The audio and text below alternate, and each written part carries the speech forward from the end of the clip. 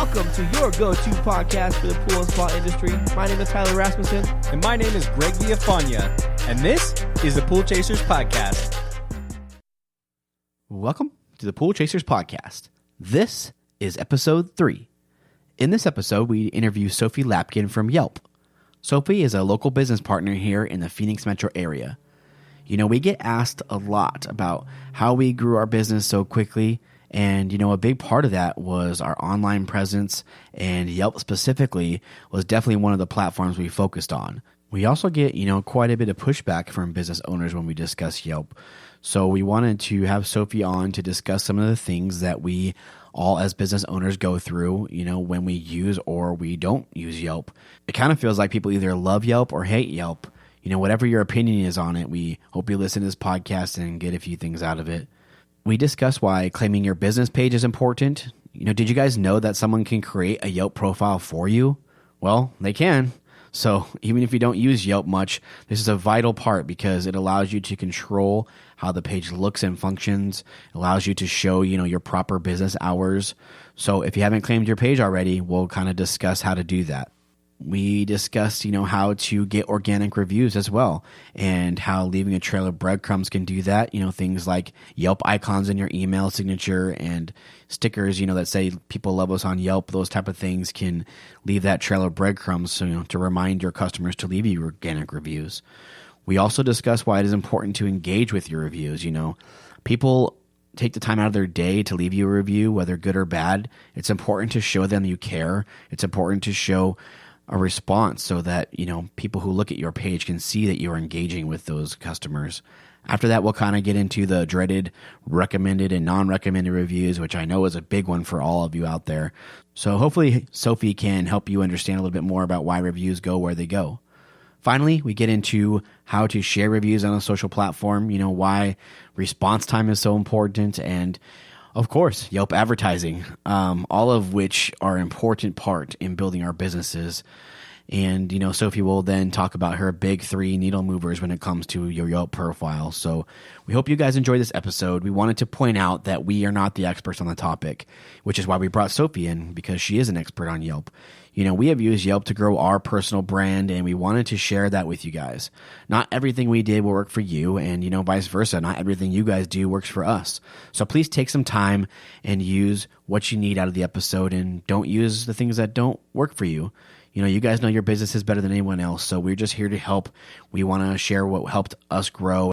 So as always, thank you guys so much for listening. We truly appreciate it, and we hope everybody can get something out of the episode to help them grow their business. We will jump right into it after a word from our sponsor. What's going on, everybody? This episode is brought to you by Jabra. Jabra is by far our favorite tool for collecting deposits, payments, scheduling customer jobs, and assigning tasks to a specific person on our team. If you're looking for a better way to stay organized, this is it. We love how simple it is to take a call, create a customer profile, and schedule a date for a person on our team to do an initial bid on service or repairs. Also, building a quote could not be easier. You can import line items and the cost so that you can build a quote fast in the field. Our team also loves that all photos, videos, and notes are attached to a specific customer. We can simply go to the customer's profile and know right away what is going on. If you are struggling to stay organized, this will help immediately. We start every morning off by going through our assignments and what needs to be done that day. I don't even know how we did things before Jabra. If you have any questions, their customer service team is out of this world. We have never had a bad or long waiting experience with the Jabra team. Jabra is so cool that they are hooking up all of our listeners with a free 14-day trial. Just visit getjabra.com/poolchasers. That's getjabra.com/poolchasers. Try it out. We promise you won't be disappointed. All right. Well, thank you so much for joining us today, Sophie. Thanks for having me. Excited to be here. Of course. Can you please introduce yourself to our listeners and what it is you do at Yelp exactly? You bet. Hello, everyone. Thanks for joining us today. My name is Sophie Lapkin. I am a local business partner at Yelp. What that means is I really am on the ground, out and about here in the Phoenix metro area, helping to connect local businesses with other local businesses, as well as resources and tools to help them continue to succeed and grow, both online and offline. So a lot of that entails, educating local businesses about the free tools available on the site, hosting a lot of networking events so that business owners and marketers, business leaders can connect with others that very easily could help them out in their business.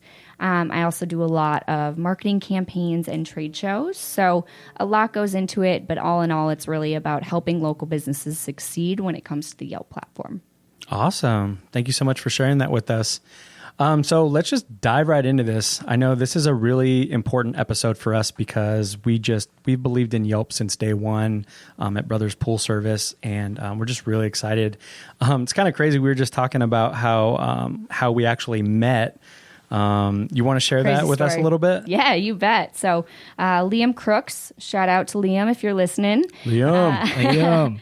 He is a current director of sales at Yelp, and I believe you guys actually have serviced his pool here in Arizona for how many years? Maybe 1 year, but we're not even going to lie. His pool blows. And I don't care if you're hearing this, Liam. You are a rock star, and we have enjoyed you since day one. But, man, those hedges a foot from your pool, they just don't go hand in hand. They're a little rough, man. Dude, man, I'm gonna put a picture just of that pool and hedges on our website because it is gnarly. I mean, each one of the I think there's been 3 different technicians that have to clean that pool, and they see crooks pop up in there. They're like, oh my God, dude, I got to do that pool. What have I done to deserve this? It was so crazy because he actually tried to almost sell it, and we got it off the route, and then the technician was like, oh sweet, Crooks is gone. And then he emailed back 2 days later, and he's like, hey, actually the sale fell through, and can you guys keep doing it? And then when we told the technician, it was like, oh, cool. Yeah, that technician actually quit. I'm just kidding. Without Liam, we would not be here today talking with each other. So pretty much, what happened was you guys, I believe, had sent an email or reached out to Liam saying you were starting this really great Pool Chasers podcast and kind of explained a little bit about what the podcast was about. And Liam then had actually forwarded your email on to me. To give you a little bit of background about the local business partner position that I'm in, it was not actually created until last January. So January of 2017 was when it was created. So only a year running now. It is in 5 markets and 5 markets only across the country. So, the fact that you guys reached out to Liam then said, wow, we actually have a great person for, that I would love for you guys to talk with. Passed along the email to me. I gave you a call. I believe you guys were both on the phone. I asked a little bit about, brothers and pool chasers, what you guys were trying to achieve. And when you said, we really just want to have a real conversation with Yelp, I said, done. I love it. I'm here, and I'm really excited to be here. Yeah, that's so awesome. So for our listeners who aren't in Phoenix, what are the other 4 markets besides Phoenix? Yeah, it's a great question. So we have Phoenix, obviously. We also have Seattle. We have San Francisco, we have Chicago, and we have New York City. Oh, nice. San Francisco. That's weird. Interesting. Hopefully expanding into other markets later on this year as well. So that'd be sweet. It's a pretty cool position, from what we've learned talking to you and what you've been able to even teach us, through the Yelp platform is pretty cool. Yeah, it's really rewarding to say the least. Yeah, thank you. So can you share a little bit of Yelp's history and just what it is exactly? I know there's still quite a few people out there that don't really know what Yelp is and how it can benefit their company. So can you share with us a little bit about what Yelp is exactly? Of course. So Yelp was actually initially created in 2004 and really a site to connect consumers with great local businesses and then, of course, connect great local businesses with wonderful consumers. So it really was created to make sure that consumers were able to find a local business that they could spend their money with. It actually did not start with reviews. The founder and CEO of Yelp, Jeremy Stoppelman, actually created the site because he was in need of a doctor. He was sick.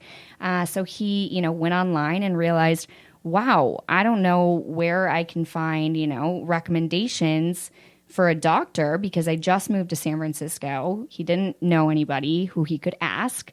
So he found himself, kind of in a pickle and started thinking about, well, what if consumers could actually give feedback and review online businesses simply the same way that they would give personalized recommendations to family or friends. And from there, Yelp really was created, evolved, and took off. So that was back in 2004. Consumers now go on Yelp to look for anything from a restaurant to a doctor to a lawyer to a pool repair company and landscapers, you name it. There are tons of different businesses on Yelp. So, when it comes to being on Yelp as a business, it is very important. It's not going away. And it's a really exciting platform to be able to gain feedback from your core consumer base. That's really cool. I don't even know what I would do without Yelp. I know there's other platforms out there, but anytime, I think it's crazy. Every time we go to like a new city or something like that, we always hop on Yelp right away. We're like, it's 7:00 in the morning. I'm going to find the closest, coolest coffee shop where we can grab, a good cup of coffee or a good burger, Mexican food, whatever it be. And it's cool because you kind of get to be, it's funny being on the other end of that because you get to be a critic as well. So you can be like, very interesting. I don't know if I like that or that was outstanding. Yeah, exactly. So it's really cool. One thing I'm really impressed with is the kind of the statistics and demographics for home services, which, pool service and repair, the builders, remodelers, we all kind of fall under that cloud. So I really think that's really cool. Can you share some of those stats with us? Yeah, you bet. Well, I'm sure all of you listening, you're thinking, well, there are tons of different review sites out there. For reviews, I look at Amazon when it comes to products a lot of times. When it comes to specifically like a recipe, if I'm having people over for dinner, I want to make sure that I'm cooking a good recipe. So I'm making sure that I'm looking up reviews for those recipes so I don't feed my guests poor food. So there are a ton of different review sites out there. But when it comes to Yelp, there was actually a study done by Bright Local that showed specifically for home and local service businesses, such as Brothers, businesses that are in the service-based industry, 77% of consumers actually pay attention and do read online reviews for local businesses. Now, that's 77% of consumers pay attention. Out of those, they have consistently ranked Yelp as the #1 review site for finding local businesses.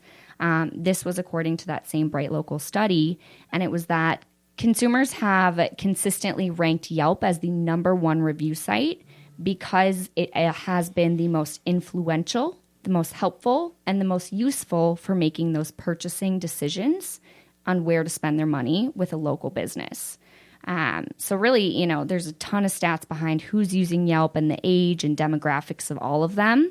60% are over the age of 35, with 82% having a college degree, if not higher education. So they're educated, they have the money to spend, they are, people who are average Joes, just like you and I, who really just want to find a trustworthy business to spend their money with. So when it comes to Yelp, there are tons of different consumers who are on the site, just as all others, but they are consistently going to Yelp because they want to find a business to spend their money with. Yeah, and I think those are some crazy stats because I think when we think about Yelp, we think really, really young millennials, maybe even our age and younger. And once I heard those numbers, I was like pretty blown away that 60% that was the age over 35. Yeah, that's insane. You know what I mean? Because it's Yelp. You know what I mean? You wouldn't think that older people would be on there, but they do. It's kind of crazy because a lot of our customers are in that age demographic and they have come from Yelp. So it all really makes sense. How do you know that, your customers are coming from Yelp in the first place? Just out of curiosity. So we actually, now we're really lucky because when they call in, they're like, hey, we heard about you on Yelp. We read your reviews and, a lot of people have a lot of good things. It's actually kind of funny because they're like, are those real? I'm like, I swear to God, those are real. I don't even know how you can get fake reviews, but not that many of them. Yeah, they're 100%. I wish you had to take a picture of what we did in order to post a review. I don't know. We probably have half the reviews then if that was a thing. But yeah, people will usually tell us that they found us on there after we get done with the job. Okay. We'll just say, hey, how'd you hear about us? It's obviously very important how people hear about us, because that's where you need to kind of focus on, your marketing efforts, I guess you'd say.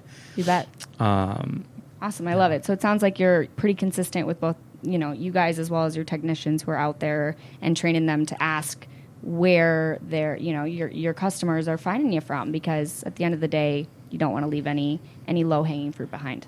Yeah. And I think, we really don't teach the technicians to really talk about that kind of stuff. We try to usually just me and Tyler, and maybe our service manager if we need to, but it's usually just me and Tyler on the phones or through email. We have it in our signature and stuff like that really talk about that kind of stuff. So we don't really like any of the other guys to do that, because we can't really control it. And I wouldn't want somebody to be like, hey, For sure. Can you leave me a review? Yeah, I'll pet your dog every week if you get a review. I know Greg and Tyler really like that kind of stuff. So whatever it takes. Dogs. Yeah, it's like it's not that important. It's important, but we don't really like dogs. We're not dog people. No. Do you have a dog, Sophie? I do have a dog who I'm overly obsessed with. Her name is Layla. She's amazing. A rescue. Oh, really? That's super cool. Yeah, she's awesome. Yeah, this is like a dog-free zone, I guess you'd say. Pretty much. We don't do dogs here. Yikes.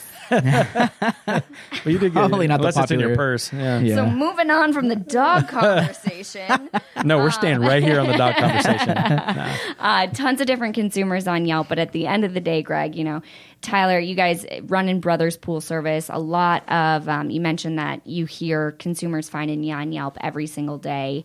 And that is incredibly important, because you guys have an awesome organic presence. When consumers are searching for pool repair or, anything regarding a pool in the Scottsdale area, you guys are consistently appearing, right up top along with the, top 5 businesses on Yelp. And one thing a lot of businesses don't understand is that many times consumers, including myself, will actually go to Google and do an initial search, because my browser is set to initially open up Google every time I do a search. And more often than not, actually, the organic search results that appear link me to a Yelp listing, simply because of the popularity and frequency in which consumers are visiting Yelp. So not just on the desktop platform, but there also is a Yelp consumer app as well as a Yelp for Business app. So for all of you businesses out there listening, I highly encourage you to download, if you haven't already, that free Yelp for Business app. It is different than the consumer app. Just go ahead and search for Biz, B-I-Z, Yelp on the App Store or in Google Play. Definitely download it. It'll help you manage that reputation on the go. Yeah, and that's super important to explain, because I know a lot of people are like, oh, I tried downloading the Yelp app to, log into my business or whatever, but you have to download the Yelp Biz, correct? So it's like Yelp, B-I-Z-Z.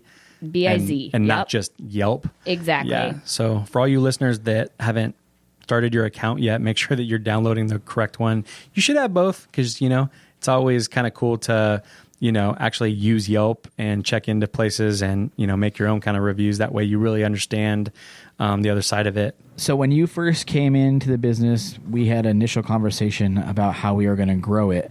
And Yelp was definitely one of those top priorities, because we had gone through the feed, we built the website, we did a couple other things.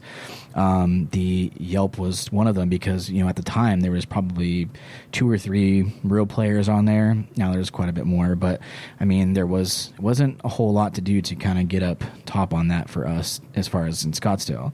So I know that for us it was super important. So maybe, Sophie, you can talk about why reviews are so important, and why you would care as a business owner about reviews, and how you can utilize that maybe to help grow your business. Yeah, you bet. Great question. So I want you all to think, if you put your consumer hat on, when was the last time you looked online or paid attention to any sort of review to make a purchasing decision? Every day. And my guess is that you're all thinking, at least within the last week, if not every day, multiple times a day. Especially as many people use Amazon to buy stuff.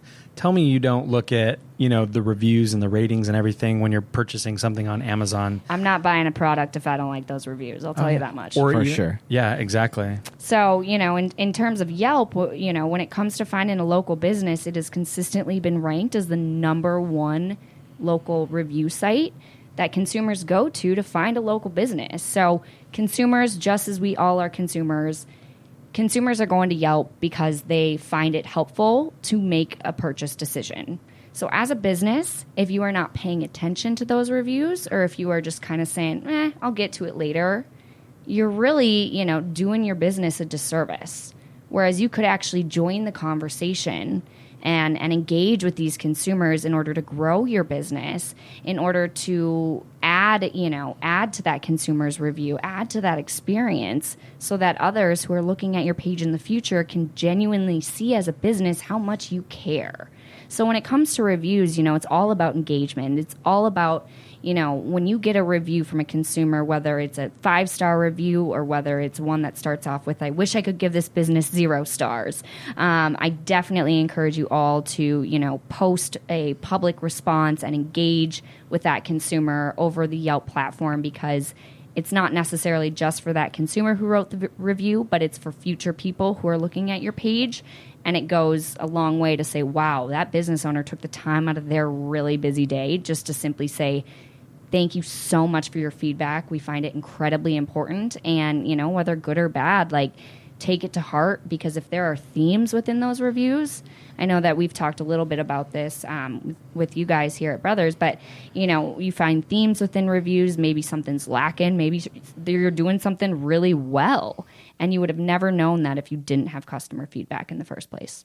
For sure. I think what you said earlier, Yelp's not going away. And I think it's important when you talked about downloading the business app, but maybe we could talk about kind of claiming your business, because I think, a lot of people don't understand that, and, they may just want to ignore it, but, there's other people can create a Yelp for you, correct? Correct. So more frequently than not, actually, I run into businesses, I say, are you on Yelp? And they'll say, I don't think so. And we look, and little do you know, there's a business page for them. So many times consumers are the people who are actually creating business pages for you. If that's the case, all you need to do to figure out if you have a Yelp business page already is go to biz.yelp.com and go ahead, type the name of your business into that search bar along with the location of your business. If you do have a Yelp business page, it will appear along with a button that says claim this business. Claiming your business page is completely free. And if you already have a business page up, you should definitely claim it so that you are able to engage with those consumers leaving you reviews. You are able to add photos. You are able to add content. If you don't already have a Yelp business page, a consumer is going to create one for you at some point. So I highly recommend getting ahead of the game and simply searching add a business on Yelp. You'll see a big red button appear that you can simply go ahead and add your business information. Our verification team will make sure you are a real business before that business page is added to search. And then once it is, you simply go ahead and claim it, which gives you access to the back-end business account so that you can go ahead and add content and information to the page. Thank you, Sophie. So that just seems really weird that anybody can come on and create a profile for a business that they don't own, or they don't even have to prove that they own a business, but they can do that. Why exactly is that a thing that you can do on Yelp? So it's not necessarily that they are pretending they're the business owner. Actually, claiming the business page is what says, this is my business, I am the owner, or I manage this business. A consumer, let's say I, had a service completed by Brothers, and I really wanted to leave you feedback, and I look on Yelp, and I'm like, wow, you guys don't even have a Yelp page. I very well could go ahead, create a Yelp page so that I could then leave my feedback for you. So pretty much the claiming process is just simply clicking a button to say, I own or manage this business. You want to have access to the back end, and therefore you want to make sure you're claiming it so that you can actually be a part of that conversation with your customers. Yeah, it definitely makes sense that you should get on there and claim it. I just think that so many people would be thrown off by just that somebody can create a profile for them, because that'd be like somebody, creating an Instagram for my personal stuff, and they're just putting up pictures and talking about me. And I'm like, oh, hey, what the heck is this? You know what I mean? Yeah. It just seems kind of odd. So is there any way possible that you can actually take that down? Can somebody actually kind of like claim the business and just kind of deleted, I guess you'd say? Great question. Great question. And so there is no way that actually you can remove a page from the Yelp site. If it is a consumer who created a business page for you, you are, your business license, your business information is public information. It's similar to governmental information. You have to register your business with the government and you cannot take that license down. So, in other words, consumer or Yelp really relies on consumer added content. And that's the way that the site continues to grow. So, as a consumer, being able to create business pages for businesses really shows that consumers want to engage with you. And if you're not engaging back, like I said, you're doing your business a disservice. Yeah, I definitely think so. Because, if you didn't create a profile and somebody just created one and they're making, there's negative feedback or there's positive feedback, you want to be able to take care of any of the negative feedback you get where you can, flag it or you can respond to it or you can send them a direct message. And with the positive stuff, there's a million other things. You want to be able to thank those people for giving you some feedback. So I think you do yourself a good thing by actually hopping on there and claiming your business if you haven't already. And one, kind of thing to add on to that is there was a study that was completed that showed that businesses who actually claim their Yelp business page on average make $8,000 more in average incremental revenue than those that actually don't claim their business page. So right there, any of you who want $8,000 extra, $8,000 back in your pocket, I do. That's a very good reason to claim. Can we claim their business and get that $8,000? Cut me a check. Unfortunately, no. Not that's not how it works. Not how it works. Hey, gotta ask, right? Great question. If somebody creates something for you and the information is incorrect or something, can you just create something separate? Great question.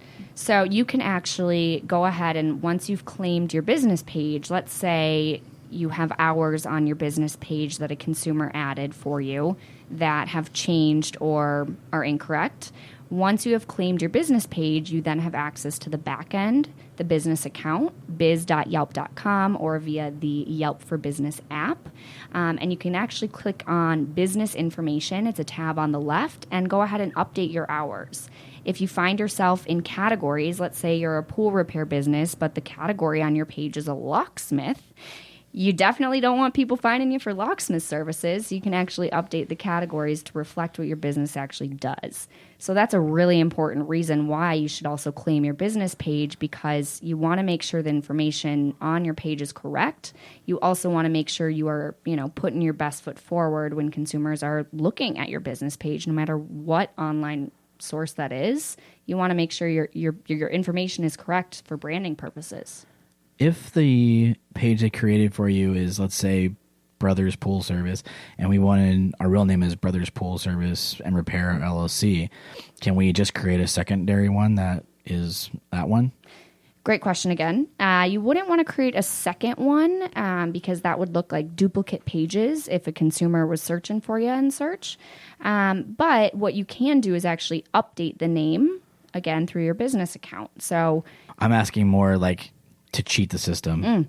Is if there's a negative or 3 negative reviews on you, let's say, then why can't I just go create a secondary business that is a different name and it's the exact same company? And you could. It would probably be a waste of your time because we do have a verification team who many times will, check external resources.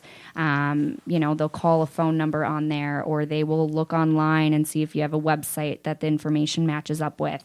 If they find there are 5 pages that, all are for the same business, all with, different spellings of your business name, they're actually going to merge all those pages into one. And so you're wasting your time trying to go and kind of beat the system by doing that. Yeah, you look sketchy. These look like the 2 same guys. You're pretty, in all, you're wasting photos. your time.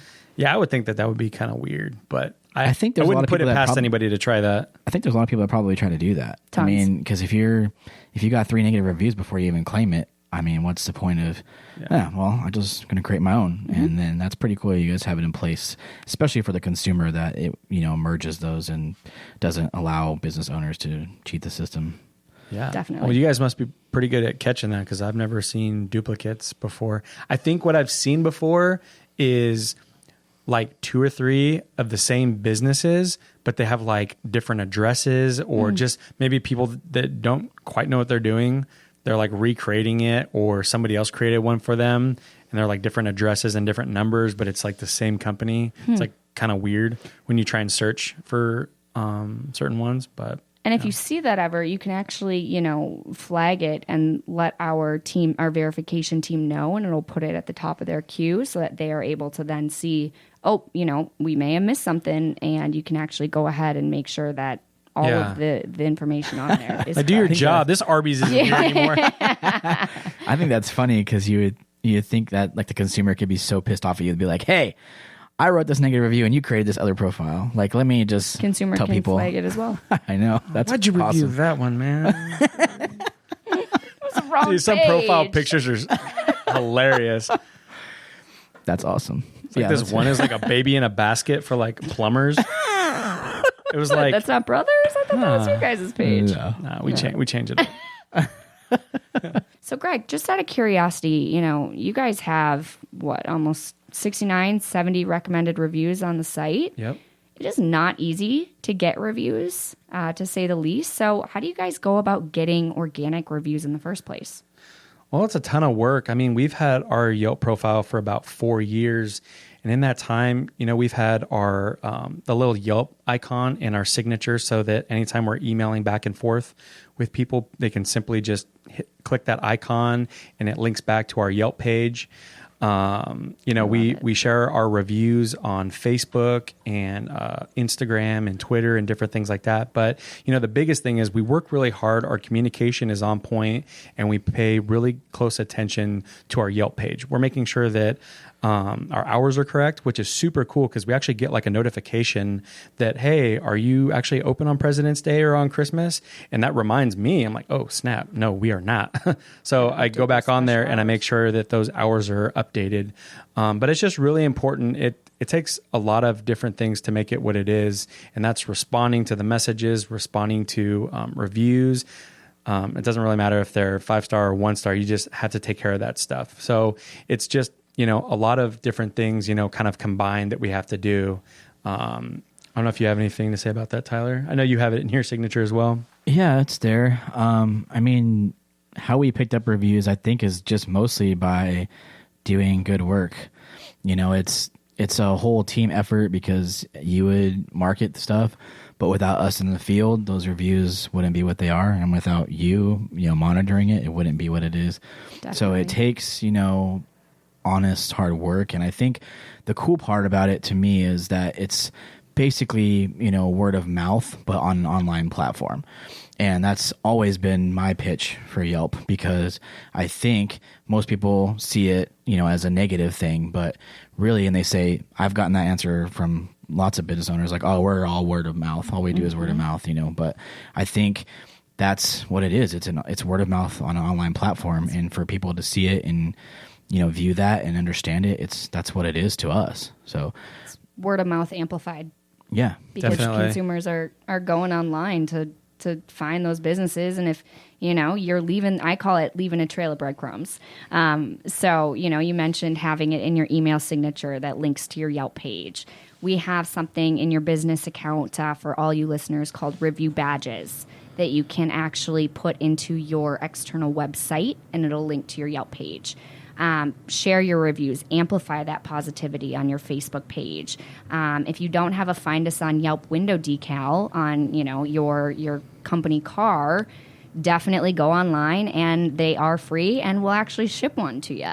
It's all about reminding consumers to check you out on Yelp without specifically asking for reviews and leaving that trail of breadcrumbs. And if you're doing good work and you're doing honest work and your communication is on point, those reviews will come. Once they come, you engage with them, you'll see more come. Yeah. And I think patience is a huge key. I think everybody is like so quick to just be like, oh, this isn't working. We did this for 4 years. We attacked this in the beginning. You know what I mean? And one of the biggest ways we get feedback as well is after we get done with a repair or we've done service over time and the customer's like, oh, you guys do really good work. I love the communication. It's really cool to kind of, breadcrumb, you know what I mean? And be like, hey, if you don't mind us asking, how did you hear about us? And they're usually like, oh, I actually found you guys on Yelp. You had a lot of good feedback. And you don't really have to say like, oh, we love to get feedback. But I think they get what is going on. And they're like, oh, there was a bunch of good feedback. Like I should go on there and make my own review and give kind of my testimony on their service. So I think it doesn't have to be so hardcore where you're just flat out asking for reviews. I think if it's on the signature, we even have a tab on our website where it's our reviews, where people can see every review. And I think that is super important. If you don't already do that, I highly suggest doing that because you can even put the unrecommended reviews on your website. And that's key because, we have 69 reviews and 25 that are unrecommended. And most of those are 5-star reviews.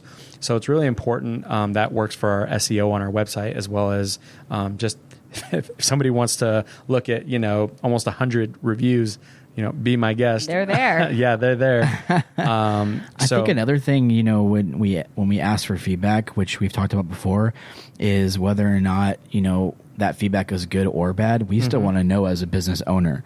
I think it's hard sometimes for people to understand that. And I think, if our guys are doing stuff in the field, we're not out in the field all the time. So if our guys are not doing things that are good, we still want that feedback.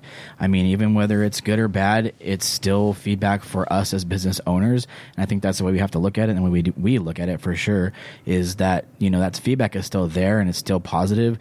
Even if it's a negative review, it still helps us, in growing our business.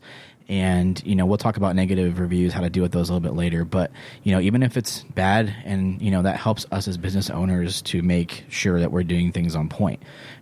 So, one reason why Yelp is a little bit different than other online review sites is actually because Yelp discourages you as a business to go out and ask for reviews. So to give you an example, Tyler, let's say you didn't do the best work you could have on a brand new pool that you had just started servicing. You're probably not going to say, hey, Carla, will you write me a review on Yelp? I know I just did a really bad job on your pool, but please write me a review so the world can see. Right. Oh, yeah. Even though you say good or bad, it's like, damn well it's bad. So, at the end of the day, it creates a self-selecting bias on the Yelp page that we really try and minimize across the board, we being Yelp, and we really try and make sure that reviews that are being shown, or in other words, reviews that are recommended, are those that are coming in completely organically and those that are helpful and useful to the consumers reading the reviews on your page.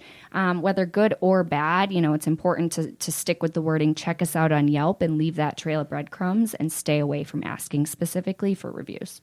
I kind of want to ask, how do you go about, when I say engagement, what does that mean to you guys? And what do you take from that? How do you go about when you see you have a notification for a new review? What do you do? What's your next step?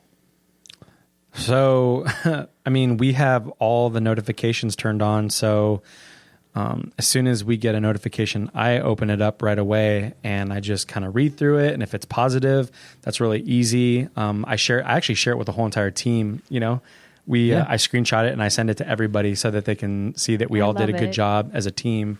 Collectively we got this good review. I think that's important because I think you and I have always gone about that way because you focus more on that. And then you've always told me without you in the field, what you guys are doing in the field and what our team does in the field, we can't get good reviews. Yeah. And then, same vice versa. I've always respected what you do with it and understand that your engagement and the things you do on there really matter. So it's kind of a cool ping pong, between that back and forth. Yeah, so, definitely. When you say your engagement when it comes to reviews, Tyler, what do you really mean by that? I'll let kind of Greg talk about the engagement side. Greg, take the stage. Yeah. As far as the engagement goes, so when a positive review comes through, we respond to it. Thank you so much for your feedback and your 5-star rating, if that's what it is. If they're talking about a person on our team, we're very lucky to have this person on our team talk about, the actual repair that was done or the service we provide so that it's really personal and it's not so template. I think we kind of did that before. I was actually typing it out, but it kind of came off looking kind of like the other ones where I would just switch up their name. And it was really cool after we talked to you a little bit, to really kind of go a little bit more in depth with what had happened. And if they had mentioned certain things about what we did, kind of put that in the response to their review. So make it more personal. Yeah, definitely. So we put that in there. As far as the negative feedback that we get, that's kind of a different approach because we get it. And, it took a long time to figure this out, but we try not to take it too personal. But I usually send it over to Tyler and we kind of brainstorm how we're going to approach this. No matter what's going on in our day, we're trying not to let that negative review linger too long. And I think when you send it over to me, the most important part of that is we try to figure out what the problem was, before responding, because that's very difficult. Sometimes you just want to lash out, back out and respond. But, when you do bounce it over to me, I think when we can discuss what actually happened before we figure out a response, that's kind of the best scenario for that. When you say responding, Greg, and same with you, Tyler, are you responding with a public comment or a direct Most definitely. message? Okay, all the time? Oh, yeah. Okay, cool. Yeah. If there is any that you see on there, it's an accident. There might be one or two a long time ago, but definitely want it to be a public response. Want everybody to see that, we're apologizing. We're doing whatever we can possibly do to make it up. Can you give us another chance? And if we don't hear from them, I'll even send them a direct message where we're like, hey, we really apologize for everything that had happened. And then try and figure things out because they can either take it down, but the public response is so crucial because we're doing this for, future customers that are going to come on and read those reviews. And we want them to know that, we're here, we're honest. We'll take the blame for this. You know what I mean? We're not going to sit here and kind of have this review fight going on. You know what I mean? We're going to actually take care of this the best way we know how. And, we were talking about branding earlier. I think that has a lot to say with, how, we do things at our business. So when people actually see our response, it's really cool to do it the way you're supposed to. Yeah, in terms of branding, if you're a business that says we specialize in customer service and you have 0 public comments to great feedback on your Yelp page or terrible feedback on your page, if you don't have any engagement on there, it's like, what about that customer service you specialize in? Where's that at? Because I'm not seeing it on Yelp. Yeah, and it gives you a place to defend yourself too. And that's why, even if it's a negative review, you can still defend yourself properly on there. But if it's a positive review, definitely that customer service aspect bouncing back and forth is pretty nice to see as a consumer. And Greg touched on a really good point when it comes to, review response, that it's really, really important to make sure that your public comments don't look like a template. People, like I said at the beginning of this podcast episode, that, consumers on Yelp are educated. They know if you're saying, hi, Emily, thank you so much for your review. We appreciate it. Have a great day to every single review on your page. If you get a great review, make sure that if you're posting a public comment that you're adding something to that review. If really you truly don't have anything to add, send them a direct message and simply thank them. That's totally fine. But for the most part, you should always be responding publicly, saying hello with their name and saying, tying what your response says into the actual content of the review itself. I think it's important to say that we genuinely care about those reviews because, we're not just posting a response to a negative review because we want to get it taken down. That's what the difference I think between us and other people are sometimes, is that we genuinely care about our profile and we genuinely care about our customers, and it's not fake. What we say on public platform is not fake at all. We're trying to figure out the problem. We always take a step back and figure out what we want to respond with. And I think a lot of research is done too. You know what I mean? When we're trying to figure out, okay, did this person call? We're looking up their name. We're trying to find as much information as possible so we can look them up to see if, they did call in. What happened with this? You know what I mean? And we're trying to talk to the right people within our company to find out, what had happened actually. But I think it's really important for everybody to understand that, you can't be 100% all the time. The biggest companies in the world are not running 100% all the time. There was during this winter, there was like a week or two where almost our whole team was sick. Oh, yeah. Like, you know what I mean? Like, stuff happens. There's going to be days where you're going through life situations, you know what I mean, that you're not running at 100%. And if you get a negative review because of it, it's because you're not running at a 5-star pace. You know what I mean? You might be acting like a 3-star company, and we'll take that. And that's okay. Yeah, that is okay. You can always... There's a lot of things that you can learn from it. You know what I mean? And if we're acting like a 3-star company, then it is what it is. You know what I mean? And to tag on to that, you know, it's impossible to be on point 100% of the time, every single day, always. So, you know, with that in mind, if you get critical feedback, it feels like a punch in the gut. And it sucks. I'm going to say it straight out. It sucks. But if you take a step back, try not to take it so personally. And if there's something that, you know, you legitimately messed up, admit to it. Because people will respect you more for that. They will. I've heard stories where consumers or businesses say, this person called me just because of how I responded to a 1-star review on my page. Right. Like, that is incredible. It's a chance to gain loyal customers for life just from how you're responding. So if you messed up, admit to it and make it right. And more often than not, that consumer will actually update their review to the most recent experience, hopefully, which is then a 5-star. Yeah. Right. So, you know, just being on top of it and making sure that you are engaging, hopefully within 24 hours of the review being posted, is best, is key. And if you do have one of those negative Nancys, we all know who I'm talking about, or Debbie Downers, who, you know, you look at their profile and they've only written 1-star reviews, you know, definitely still respond to it. But at the end of the day, remember that you cannot please everybody 100% of the time, and that you're doing everything you can to grow your business. Definitely. And I think you need to understand that they're humans as well. They're going through things where they just lost somebody, or they're going through a divorce or a breakup, or there's something going on with their kids. Like, you know what I mean? And you're saying, no, we don't do that.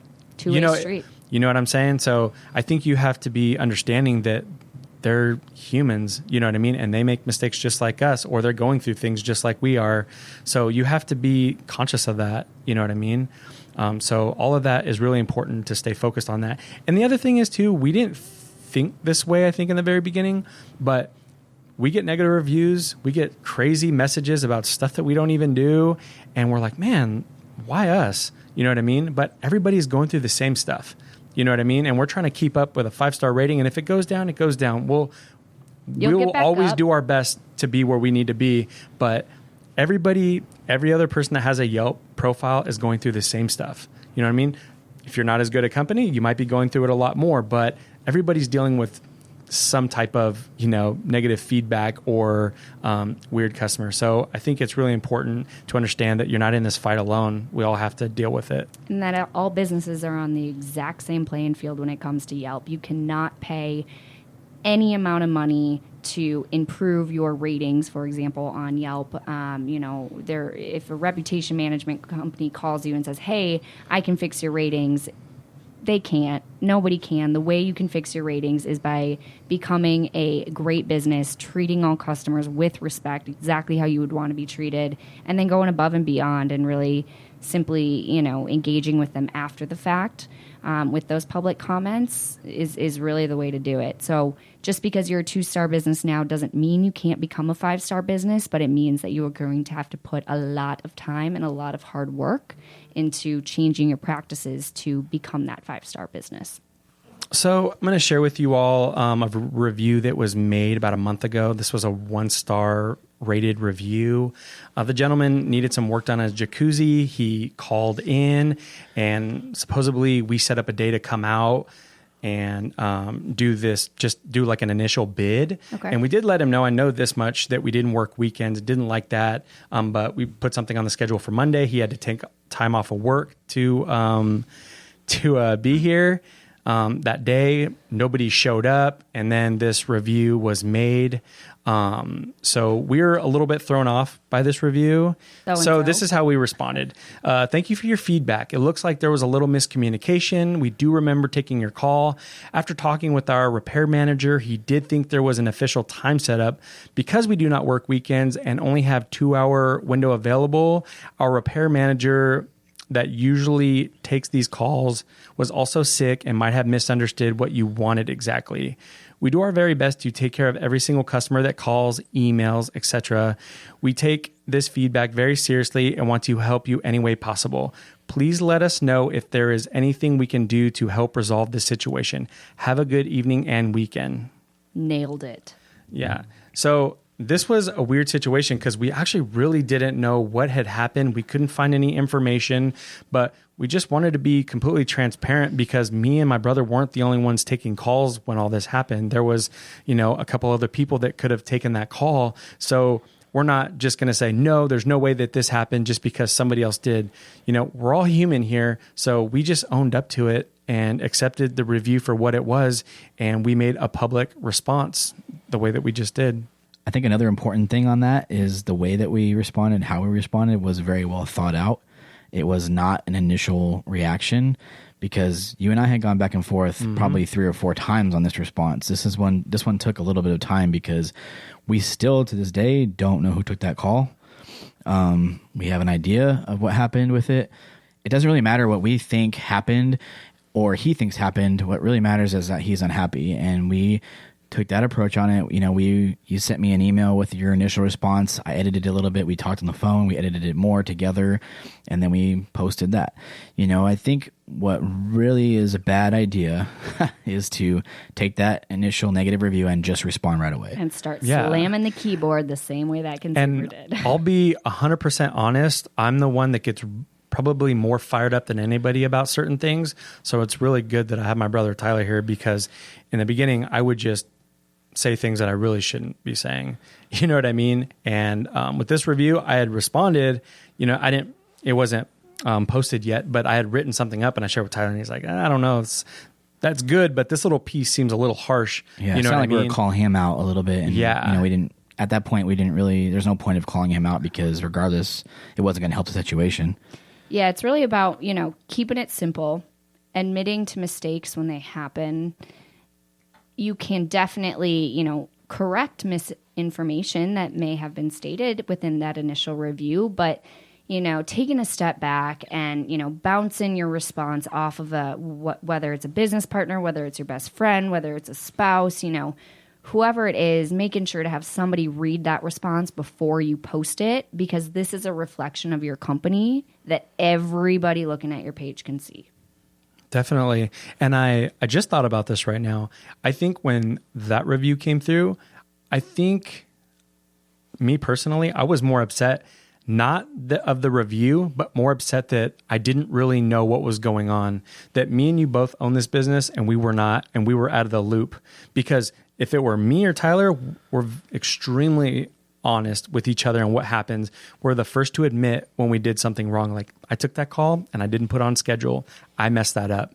Let's take care of it. That's what we do. But the fact that we didn't know what had happened, why? You know what I mean? It's just, Why didn't you know what had happened? Because we knew that, we knew the name, we found the phone number. I think we found the voicemail. Yeah. And that's all we know. We put some of those pieces together, but we don't know how it didn't get into our scheduling software, Jabra. We don't know how it didn't get into our scheduling software. So that, I think, that is a huge thing where if you don't know, and that just is, fuel on the fire, you know what I mean? So is this guy going to be, the end of that? I think, it was really kind of frustrating because we didn't take the call. That's why we didn't know what really happened ultimately. We have a really good team and we can talk about it. We figured it out. I remembered the name, once the name came up, I'm like, oh yeah, I remember that call or that situation happening. But the information that was given to us was that he didn't, that he wasn't going to be on the schedule because he didn't like that we didn't do weekends. But nobody knew that he took time off from work to set an appointment. That was the part that was missing that we were all frustrated with, and nobody remembers it. And unfortunately, we didn't take that call. And, we have a good team and we make a commitment to them to defend them and do things that we're going to if it's defendable. And that's the way we did it. I mean, it's difficult. And it's kind of crazy because I think we get perceived as this like goody two shoes, 5-star, 70 review company. But I was so close to talking to you about this that, hey, can we share that review? Right. Like, I thought just because nobody sees the negative side of things, and I thought it would have been cool to share a negative review. Nobody does that. But more importantly, like our response to that, like, dude, we're just human and we owned up to it. We're honest about it. I feel like anybody that will read that negative review is going to be like, dude, It's good company. They owned up to it, and they're doing their best to handle it. And I think that goes a lot further than someone going like, "Oh, well, you're a jackass. You shouldn't have freaking, you should accept that we don't work weekends or this, that, and this and that." Right. And there's a lot of people out there that do that. All about how you say it. Yeah. Can you say whatever you want? I mean, And, yeah, you can say whatever you want, but it's a reflection of your business online. so. Somebody that's making a review, can they curse and all that stuff? I can't. Yeah. Yeah, we do allow colorful language, as stated in our content guidelines and terms of service. But for all of you listeners out there, I would not recommend responding, cursing back. It's a bad look. It's probably, not the best representation, but hey, you do you.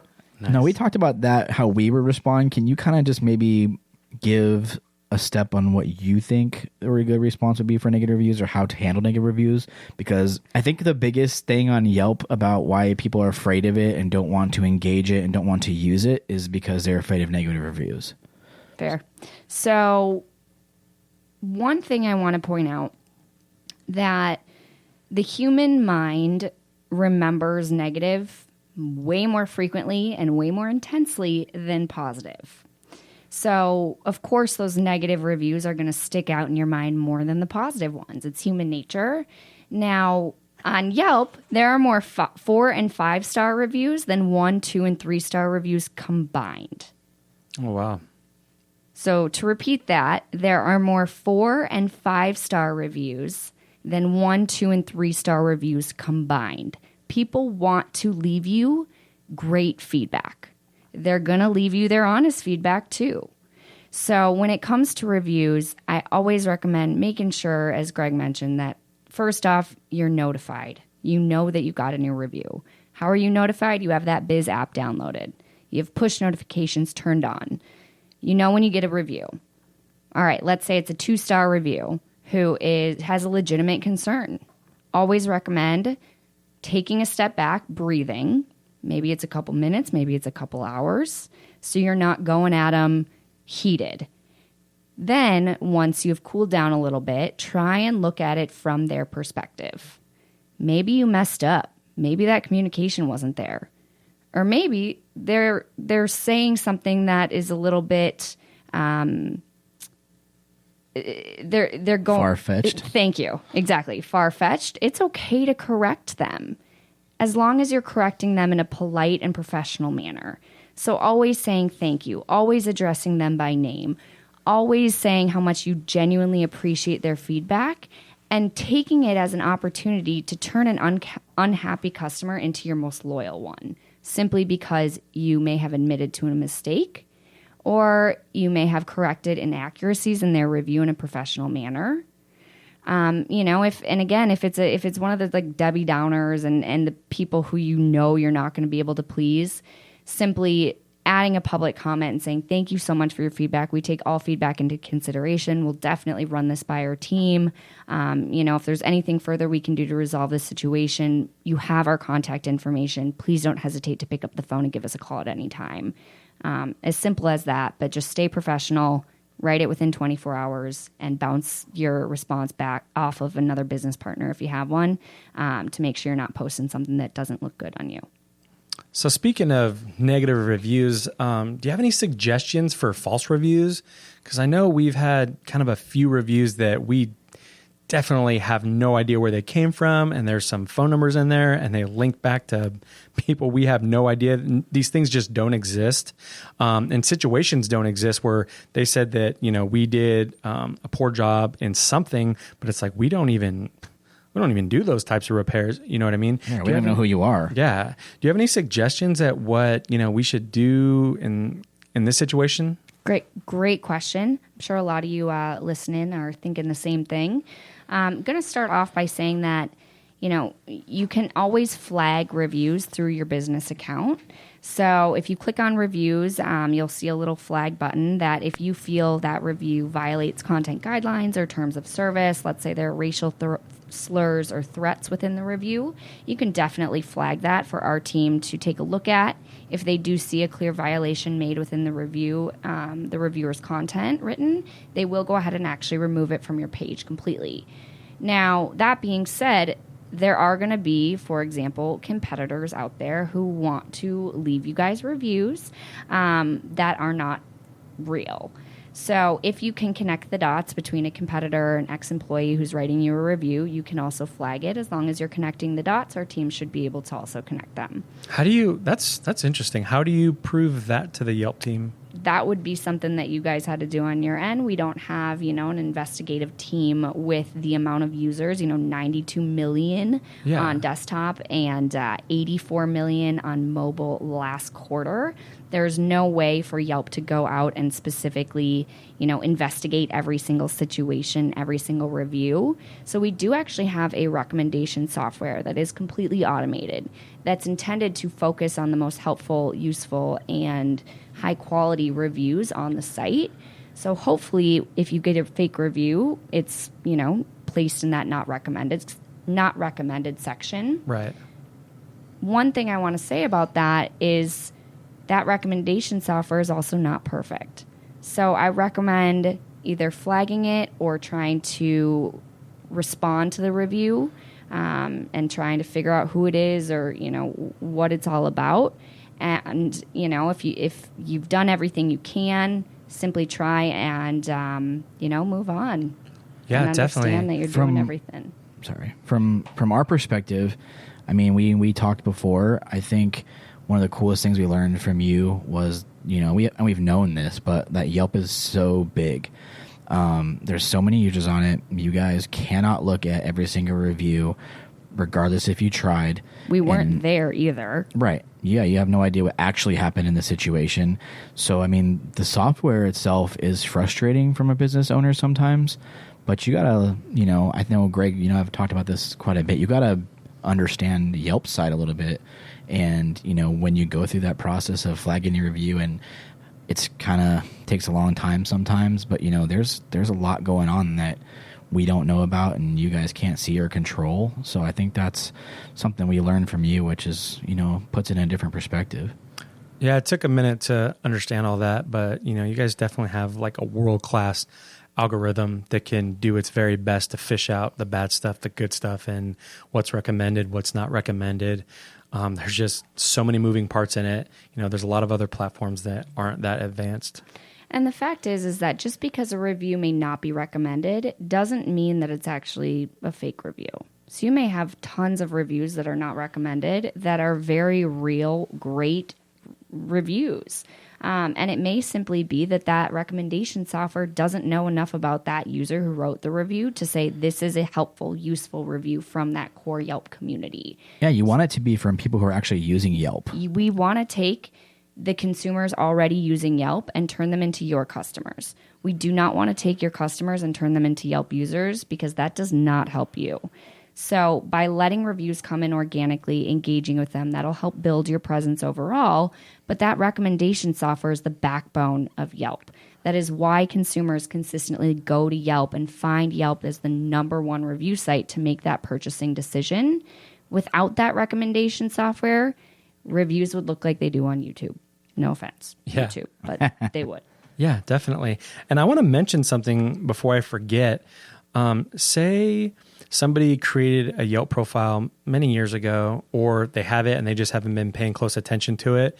Would you recommend somebody just pops in there and they just start responding to every review because they're like, you know what?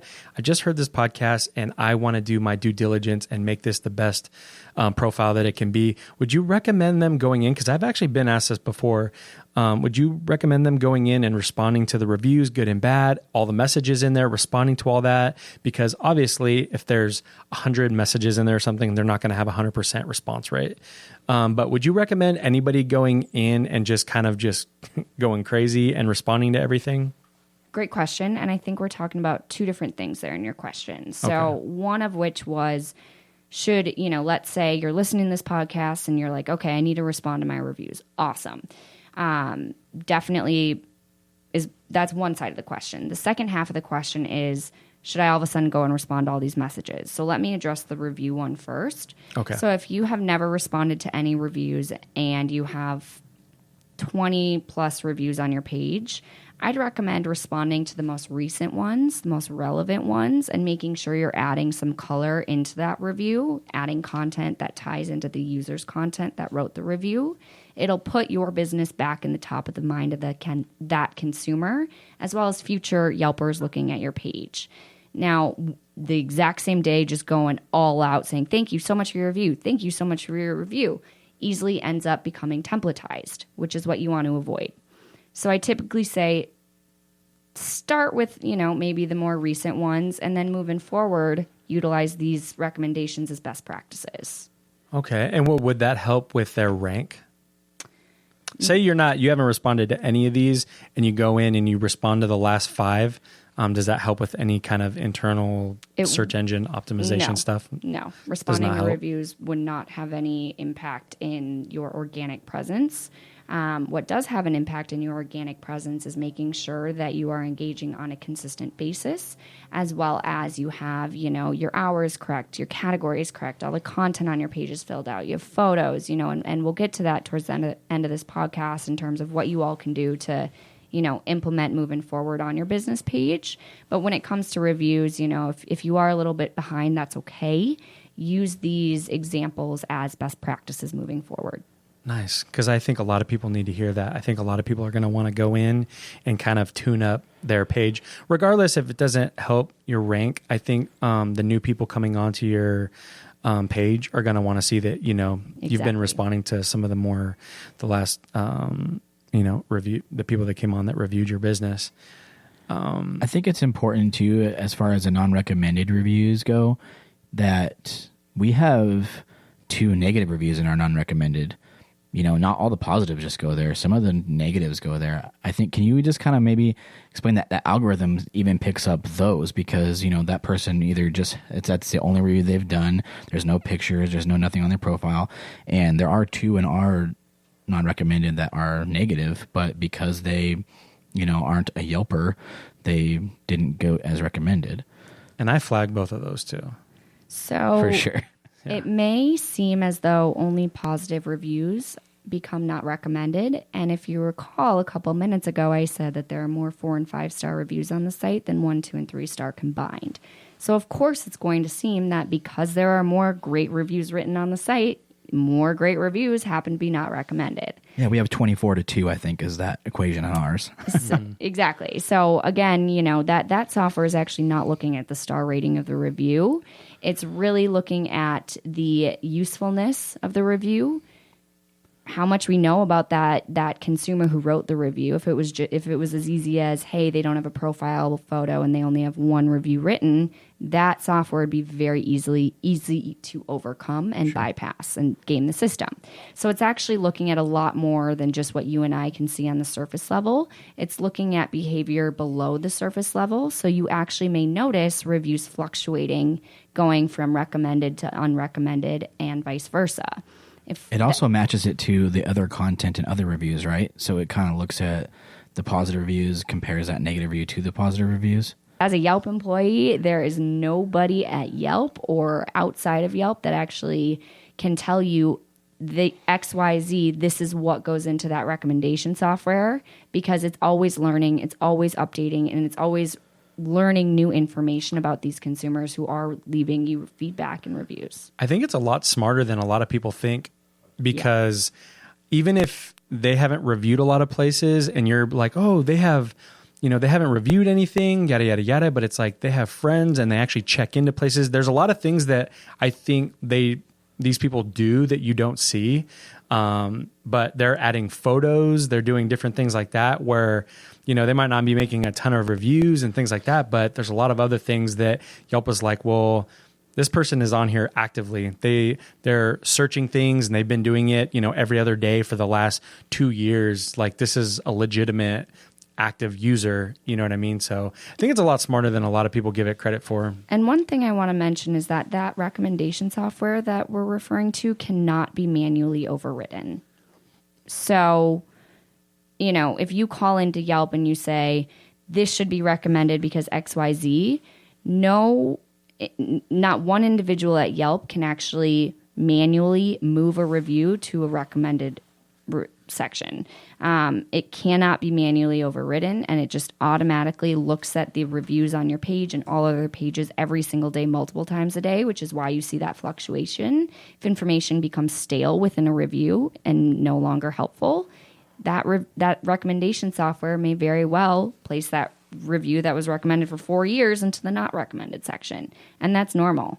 It's very normal, and actually you should expect reviews on your page, some reviews on your page, to not be recommended. Very good. So, obviously we're talking about reviews. Do you have any suggestions as to how people, I know we have our way of doing this, but do you have any suggestions on how people should be sharing their reviews on social media platforms? Because it's definitely something you want to be bragging about. You know what I mean? I know we do. But do you have any suggestions for that? Yes, great question. And I always recommend sharing your reviews on an external platform. So if you have a Facebook page set up for your business, you can actually go to biz.yelp.com and log into your Yelp business account, click on reviews, and there's a button that you can actually embed that review into your Facebook timeline. And you can also share it via email. You can also share it via Twitter. So that's definitely 3 ways right there that you can amplify that positivity by sharing your reviews on social media. Another thing is with that review badge, having it on your website showcases the amount of reviews you have as well as your star rating. That review badge will automatically update on your website as you continue to gain new reviews, so there's no need to continue going back and forth with them. And then, I've even seen businesses who, I was in a nail salon the other day, and they had a review that was written, a wonderful review that was written, showcased on their TV in the nail salon. Oh, that's cool. Yeah, talk about leaving trail of breadcrumbs. Like, my goodness, it was awesome. It was a great way to really, remind consumers they're on Yelp, to amplify that positivity and to showcase it to your employees and share that hard work goes a long way and that consumers are noticing it. The more you share it, the more you engage with them, the more you'll see.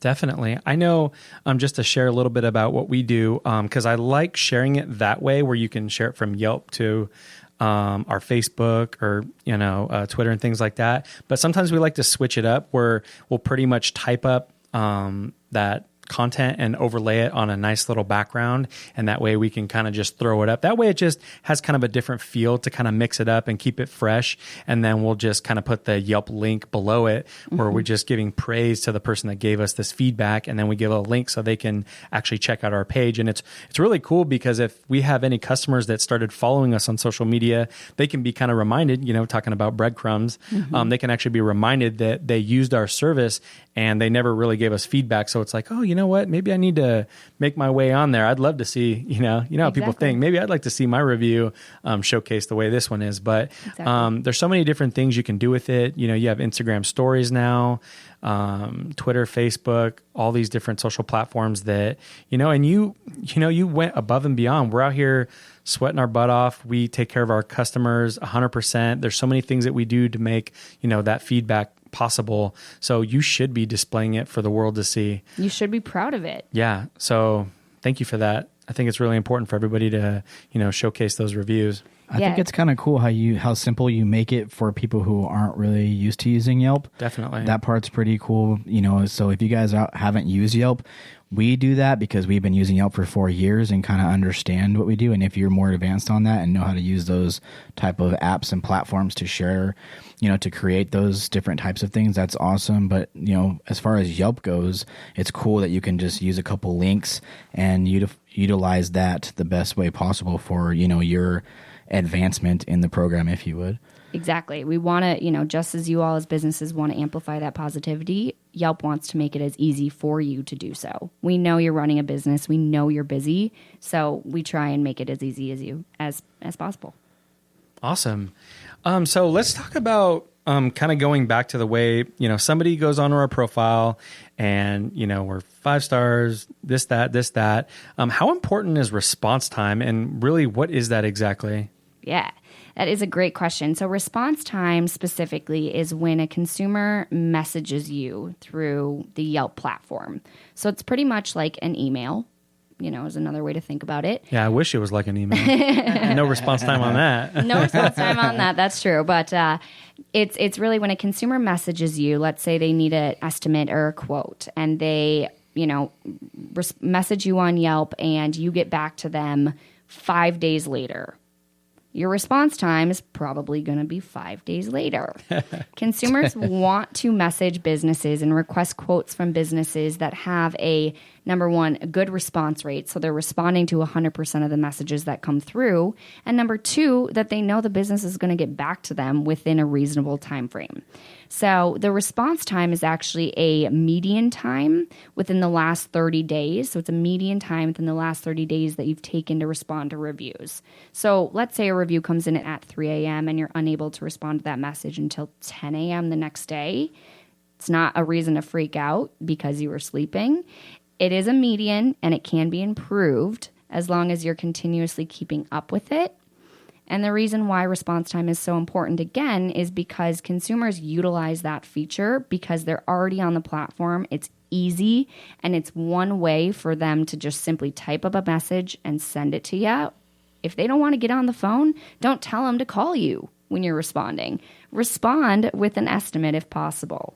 And I think it's super important for people to know that if you get a message from somebody and they are maybe a little impatient and they call you, it's important to go in there and mark that. Because I feel like a lot of people don't know that. You can actually go in there and mark that it was taken care of through replied via other exactly. or marked via replied. So it's via super phone. important because if you don't mark that, Yelp doesn't know that person called and you guys got things squared up. So it's important to make sure that gets clicked off. And it definitely is tedious, I'm not going to lie, but as the request a quote and the messaging feature evolves, a couple years back, it wasn't even a feature that was on the platform, and consumers really wanted an easy way to reach businesses. So, that feature will continue to evolve, and as a business, playing the game, to put it simple, keeping your response rate at 100%, you're getting back to everybody and you're getting back to them within a timely manner is what's going to get you more business down the road. Definitely. And I know we have so much going on each day, but we get an average from 5 to 10 messages a day. Wow. So I have about 10 templates that I put together. And if, they're not in our service area and they might be in the East Valley and we know another pool company that could help them out, because they could give us some negative feedback, even if they're like, oh, my business wasn't good enough or this, that. So we make sure that, it's like, hi. And, obviously we'll change out whatever their name is. And we'll just say, unfortunately, we do not service your area at this time. We highly suggest contacting our friends at yada, yada, yada. Here's their number. Here's their website. You can email them here. They're good friends of ours. Like, we try to go above and beyond with that because we might not be able to service your pool or repair it, but we'd love to get you in the hands of someone that we actually recommend. So I think that's really important, is to put together some really good template answers for these people. I mean, there's probably more that I have to actually freestyle and write something up, even if we are not doing repairs with them. We've actually gotten a positive review taking a call. They were not in our area, and I just took the call and troubleshoot it over the phone. Was like, oh, why don't you try this? Lube the O-ring, make sure it's nice and tight. Now kick it on, and the pump primed right up. Wow. Like, oh, thank you so much. And I'm like, I felt pretty good about myself. You should feel pretty good about yourself. You didn't even start off as a pool guy. Yeah, that's awesome. Yeah, exactly. Yeah, even more so. So it was super cool. Like, even doing that and taking the time. That call was like 45 minutes long, but I wasn't like thinking, and I never even asked for a review, but as soon as we got off the phone, like, she wrote some long thing. You can actually see it in there, but it was just really cool that sometimes you don't necessarily have to go out there and do that kind of stuff. Mm-hmm. You're just sharing information and you're just, putting your best foot forward. And one last thing to note in terms of, that request a quote feature on Yelp is that, no matter the platform, if a consumer is trying to engage with you and your business over the phone, you want to keep them over the phone. If they're sending you an email to engage with your business, you want to keep them on that same platform via email. If they're sending you a quote or a message via Yelp, the last thing that you want to do is say, hey, call in to my business line and give them your phone number, because they could have done that initially. That's not going to close a job for you. You want to keep them on that same platform that they messaged you on.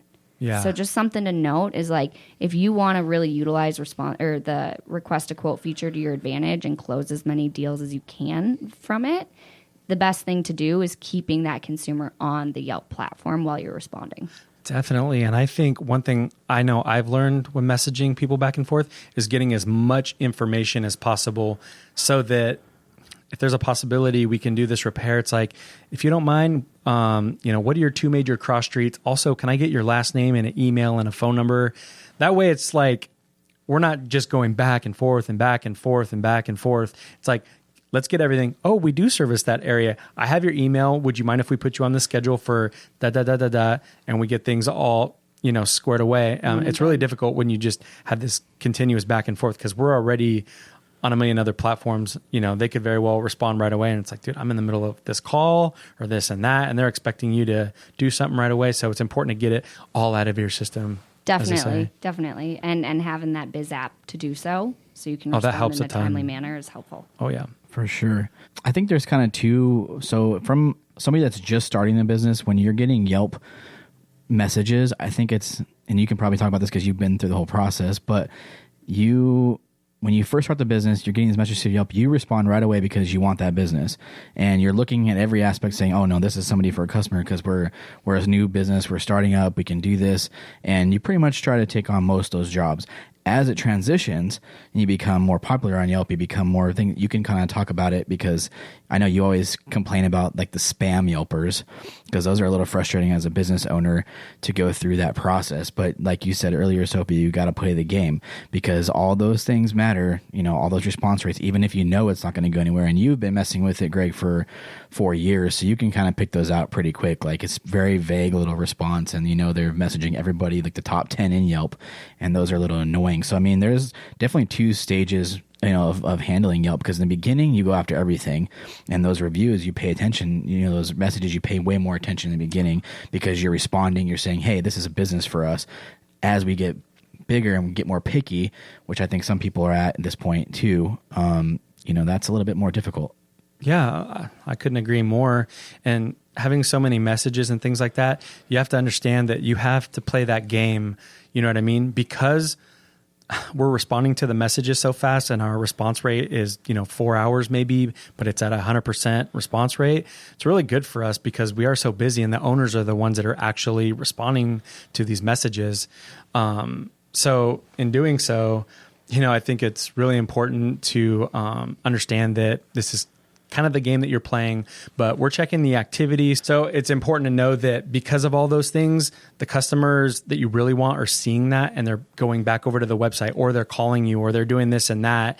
And there's a strategy to it. And I think you have to pay close attention if you're a business owner that you have to respond to those messages. You have to make sure the bio's on point. You have to make sure that the hours are correct. That is what you have to do in order to get the big fish. All right. So for all of you listeners, we've gone over a ton of information. I really wanted to make sure that we had a chance to talk a little bit about what you can do from here in terms of tangible action items on your Yelp business page to make sure you're getting as much visibility, you're getting as much work possible, and really walking away saying, I do my best work, I show my best work online. So the first thing, as Greg mentioned a couple times earlier, with making sure your hours are correct and whatnot, is really completing your profile. So even before that, at the very beginning of this podcast, we talked about making sure that you are claiming your business page. So biz.yelp.com is where you go to search and find your business page. Once you see it, go ahead and click claim. If you don't already have one, of course, you can just type in Google, add a business on Yelp, follow the action steps there. Once you've claimed it, you really want to make sure that you are completing your profile under business information. Make sure you search your Yelp, search Yelp too for your business before you just create one. That way you can search and see, because some people, you might not even know you have one. A lot of people probably don't. So, if you before you go and Google, add your business on Yelp, maybe search yourself in Yelp first and make sure there's nothing for you. And I think it prompts you to asking you that. Search it. If you go to biz.yelp.com, it says search and find your business. That's cool. Claim your business. Exactly. So like you search your business name and the location, and then if you do have a Yelp page, it'll appear with a button next to it that says claim your business. Yeah. Yeah. Cool. Did that help answer that? Well, I just meant don't go straight to Google and No. click add your business. You want to make sure you go to biz.yelp.com first. Yeah. All right. So once you have claimed your business page for free, all of these things I'm going to be talking about real quick are completely free. Everything we've talked about today is free on Yelp. So definitely you're going to want to complete your profile. What does that mean? Once you're in your business account, click on business information on the left. Make sure you are adding hours. You have categories. You can add up to 3 categories that represent your business. So, for example, the categories on Brothers page is pool service, I believe. Pool and hot tub service. Is that correct? I think that's as close to what we do Okay. as you can get. We Yeah. don't do hot tubs, but it'll do. So, pool and hot tub service, you want to make sure if you are, a locksmith, you have locksmith as the category on your page, for example. Think about the types of consumers and customers you are trying to attract and what types of keywords they would be searching for your business for. Once you have updated your categories, they fit your business, make sure that you are filling out a service area. So in other words, you can add up to 6 cities or zip codes into your Yelp page that showcase the areas you service as a business. So I like to think about a map. Take the 6 outerlying borderline points on that map and enter those 6 zip codes into your service area, and it'll appear on the public side as a big shaded area over a map so consumers can see where you provide service to. The next thing is making sure that you have information under specialties, history, as well as meet the business owner. Why are these important? Well, if you don't have information on your page, it's going to be very difficult for people to find you. So your specialty section is not just a keyword what you do. It's really to talk about as if I'm standing right in front of you. What do you do? Why should I choose you over another business that may provide similar services? What makes you unique and stand out? Is it your pricing? Is it your customer service, which I better see in review response as well. Is it your focus on one specialty repair that others don't provide? What is it that makes you stand out? It should be in paragraph format. That appears best in search. Next thing is history. Make sure you have the year you were established in there, as well as talking about the growth since you established your business. Where did you start? Where have you come? Doesn't have to be long, but it needs to be in there. Next section down is meet the business owner or manager. Talk a little bit about yourself and why you got started running your own business, let alone in the industry you did. What motivates you? What keeps you going every day? And what do you love about running a business? Make sure to add a photo along with that of yourself as well, because that's really important for consumers to be able to really put a face to the information about yourself as the business owner. So that's, again, just to recap under business information. Second needle mover is to go ahead and upload at least 10 photos, if not more, on your Yelp page. You can upload unlimited photos, so make sure that you are uploading at least 10 because businesses that have at least 10 photos see actually 4 times more user views each month and 5 times more customer leads or people actually taking action on your page each month than those with less than 10. So right there, that is enough reason for you all to add at least 10 photos. Please don't add any stock photos. People are smart enough to know their stock photos. Definitely. And I don't know if you were getting to this, but make sure to write something up about the picture. There was some of our photos didn't have captions, and you let us know, and we did that. Helped out a lot, and you can definitely see how that helps out if you're installing some new equipment. A customer can very well look at that and be like, oh, that's what I need done, or oh, that's what they're doing. Oh, cool. Or they could look at it and be like, I have no idea what the heck this is, and that photo smart. is no longer relevant. So you want to make sure to caption your photos, which also helps you appear in search more frequently and higher. So definitely caption your photos. Add photos of smiling faces. I don't want to just see pools. I love pools. I love before and after photos, but I want to see the people in your business. Brothers does a great job of, showcasing their team and their company car that they typically drive to arrive at, service. So definitely love to see that and making sure, again, to caption it. You don't like all the green pools? As long as they're before and after, I think it's Right? great. But making sure that you're captioning it with before and then after, so people don't think you service and make their pool green. And then the last thing is to make sure that you are engaging with consumers leaving you their feedback. So review, response, and engagement, which we've covered a ton about. So to recap, the 3 needle movers in order to make sure that your profile looks the best possible on Yelp at this time is to, first off, claim your business page, update your information or complete your profile under business information. Second thing is upload at least 10 photos, but for me, I'd love if you could upload at least 20 and caption them all. And then third thing is to engage with those consumers who are leaving you feedback via review response. Anything else you guys want to add to that? No, that's good stuff. That's definitely a good start, and just keeping up with all of that stuff. Let's move on to what people should be spending their money on. This is one of the last questions, but I think a lot of people kind of run into this situation where they're like, should I be spending this? Should I be putting my money here? I think this one's super important because I think, nothing against Yelp, but you guys hit people up like super fast. And that's really, I think it's really important. That goes back to them they've never owned a business. I mean, maybe some have, but they're just doing their job as well. It's still a business. I mean, there's a huge ROI in using Yelp and what we get from it, but it's still a business. You know what I mean? The only way that Yelp makes money is by advertisers. That's it. Oh, yeah, we get that. oh, we know. So it's not surprising that a lot of you listeners have been hit up by some sales reps in the past. They all have really good intentions. And if I can tell you one thing to do on Yelp is make sure that you're leveraging this low-hanging fruit we've talked about today. Make sure your profile looks as great as it can using these free tools. Then there are tons of awesome additional page features that you can add on, such as a photo slideshow or call to action banner, removal of competitor ads, tons of great features you can add on. And you can also, if you're curious, sign up for different advertising options via the Yelp Ads tab in your Yelp business account. There's no contract, no commitment or anything like that. You can choose your budget, start or stop at any time. But if you're interested in advertising, the only thing it's going to get you is more exposure, not more reviews. I think what's important about that, and we believe that the advertising part can work and is a good thing.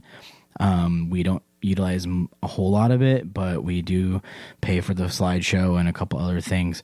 But what's most important, I think, from our conversations is all this low-hanging fruit we're talking about doing is to do that before you pay for ads. Because all of us, if you go on there and you search for a restaurant and there's 2 restaurants up top with one review and there's no pictures or things, like, you're not clicking on that. You're sliding right past those 2 ads going to the actual number 1. And, but if you go through all this process we've been talking about and you create a profile that actually looks like a profile, then the little ad thing might not bother people so much because it will actually look legit. I think it's super important for you to be in the customer's shoes. And like, what would I want to see? Would I want to see 1 review, but it's a sponsored ad? No information. Exactly. You know what I mean? I think that's super important for you to be like, okay, if I was on the other side of this, how would I want to see things? You know what I mean? I'm going to go to like the first 5 recommended, not the sponsored one that has 1 review. So I think you really have to pay close attention no matter, if you're talking to a salesperson and they're, saying a lot of things and how you're going to get more views. I get all that. It is a business, but I think you need to pay attention to what is going on. And if it doesn't make sense, it just might not make sense. Yeah, definitely. You want to, your business, you are limited in terms of that marketing budget. You want to make sure that your ROI is there if you are signing up for ads. One thing I want to mention is that the only ad program Yelp offers is actually cost per click. So if somebody views your, searches for a pool company in your area and your ad appears, they don't click on it, you don't pay for that.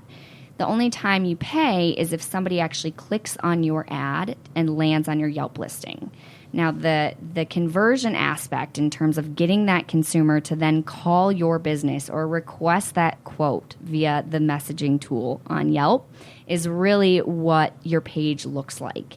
If you have a terrible looking Yelp page, Yelp ads is not going to work for you. I'm going to tell it straight out. No matter how many more views you get, people are not going to choose you. If your page looks good, if you have good information, you've done a great job at setting that page up, but you don't have very great organic presence because you haven't been on the site all that long, ads could actually be a really good thing for you to look into. So it totally depends on your situation, but really making sure that you're making a good business decision for your business. And if you do sign up with ads, making sure you're giving it enough time, not 2 weeks, not 2 days, but at least 2 months to be able to actually be able to analyze the results. Most definitely. I think that's good, but I also understand that if you can't afford it, it could potentially cost you hundreds of dollars. And you need to understand that if you can't afford this at this point in time, and you should be buying equipment or you should be putting money towards a new website and things like that, I totally think that you need to pay attention to, hey, this could very well cost me, a couple $100s. Is that where my money should be at right now? So I think it's crucial that you pay close attention to what you can afford at whatever point in time you are with your business. I couldn't agree more. Because I know when we did the slideshow, which isn't very expensive, but it's a lot to us because we take a lot of photos and we want to capitalize on the cool photos we take. And depending on what time of year it is, if it's the winter time, we show, pools that we drained and things like that. And it helps us move and prioritize pictures. So I think something like that is crucial. But I know in the beginning, there wasn't a lot that we could afford, but we talked to a lot of people from Yelp and we're like, sounds like a good idea, but we can't really afford it. And thank God we made the decision we did to not do it and try to build everything organically. Yeah, you can still use, Yelp's tools to your advantage regardless of your budget, because we have played for the slideshow for a long time now. And that's what we use, to get more business, to help us, to help our page and what we do. And then, if you go through all this process and you make it look good, you don't want to get clicks for a crappy page. Yeah. You know what I mean? you gotta do your part, and you have reviews on there. And I think ads are good for a lot of companies out there that have the reviews. They've put work into the bio. They got the photos and they did their due diligence and they can afford it. If you have all those and you can afford it, then my hat's, to you, do it. By all you know what I mean? means. The reason we don't really do that is because we don't really want more calls and emails than we're currently getting. We're perfectly fine. Or we can handle. Exactly. We can't handle any more calls or any more, inquiries from all these other directions. So we're in the sweet spot. And if we've got more people working for us and we could take more on, that is definitely something we might look into. But you have to do what's best for your business at whatever point in time, wherever you're at. Exactly. I couldn't have said it better myself. Well, I want to, take a moment to just simply say thank you so much for having me here today, Tyler and Greg. You both are amazing. I'm not being paid any money whatsoever to be here today. They truly are unbelievable business owners, unbelievable people, and Pool Chasers as a podcast as a whole is so valuable. I listen to it, and I don't own my own business. I know tons of you out there, who do own your own business. Keep listening because they're going to be giving you some great information, following this episode and further. So thank you so much for having me on, and I respect you guys to the core. Well, thank you so much, Sophie. And we really appreciate you being here on our show. I know as soon as we thought of starting this podcast, Yelp was one of the first ones we thought of because Yelp has really changed our business. And for those of you out there that don't think that this can help your business, you're wrong, because this is an amazing platform that can really help your business grow. So we highly recommend it. It's been big for us. We're not getting paid to say any of this. We're trying to give back to the pool industry, and this is what we can do. We can give this to you and share what we know, and we really appreciate you. Yeah, thanks so much, Sophie. Thank you, guys. Thank you guys so much for listening. We hope you enjoyed the episode. As always, please take what applies to you and your business from the episode. Whatever works for us may not work for you, and vice versa. So we don't claim to be experts, but we've had enough success in the industry to share what we know. So we hope that this helps you guys as well. If you have any questions, please email poolchasers.info@gmail.com. Follow us on Instagram, Facebook, and Twitter.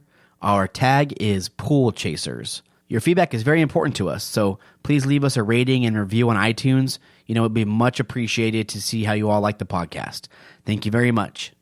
See you out there, Pool Chasers.